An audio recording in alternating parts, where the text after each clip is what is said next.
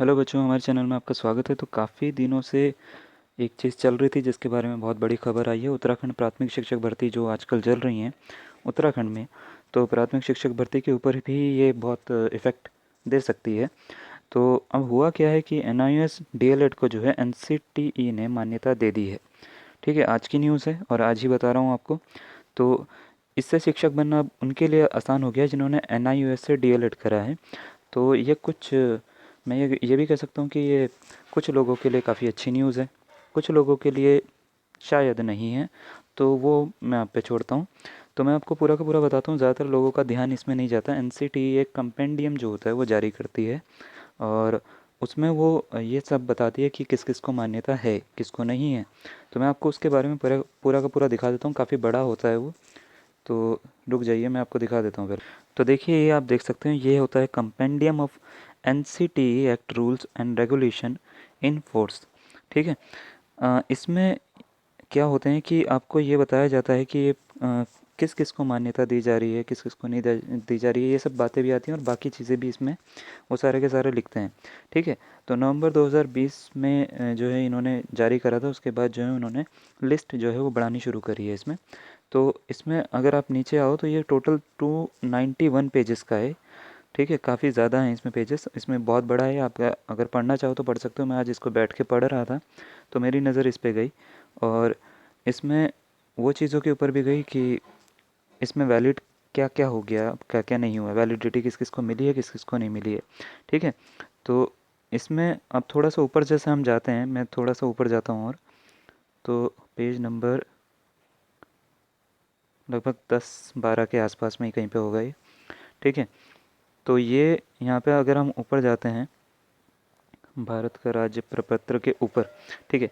यहाँ पे आपको जो मेन चीज़ मैं दिखा रहा हूँ वो ये है कि letter on validity of 18 month DElEd programme by NIOS. ठीक है।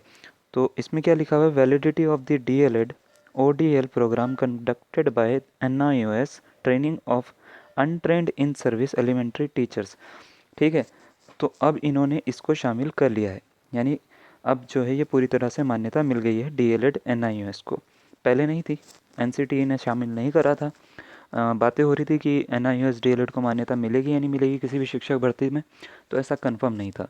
बट अब क्या है कि इन्होंने मान्यता दे दी है। तो इसका मतलब ये है कि अब आगे से इसके बाद, यानी ये जो नोटिस जारी हुआ है इसके बाद में, कंपेंडियम जारी हुआ है इसके बाद में, अगर अगर कोई एनआईओएस वाला बच्चा जिसने डीएलएड कराया है एनआईओएस से, वो अप्लाई करता है किसी भी शिक्षक भर्ती के लिए, तो वो उस समय उसको वैलिडिटी जो है मानी जाएगी। यानी ये हम बोल सकते हैं कि वो अप्लाई कर सकता है और उसका वैलिड माना जाएगा।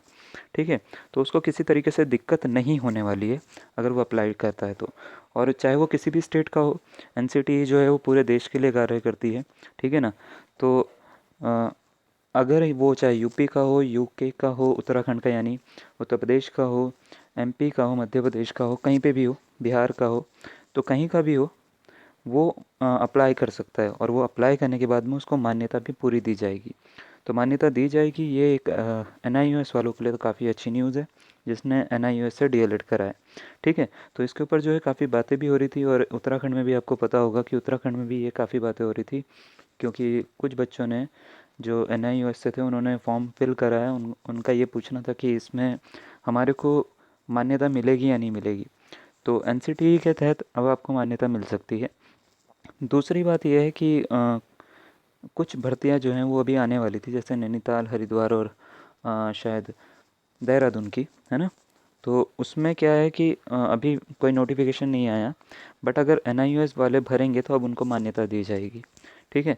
तो अगर वो भरते हैं एनआईओएस वाले तो उनको पूरी मान्यता दी जाती है डीएलएड के बच्चों के मुकाबले।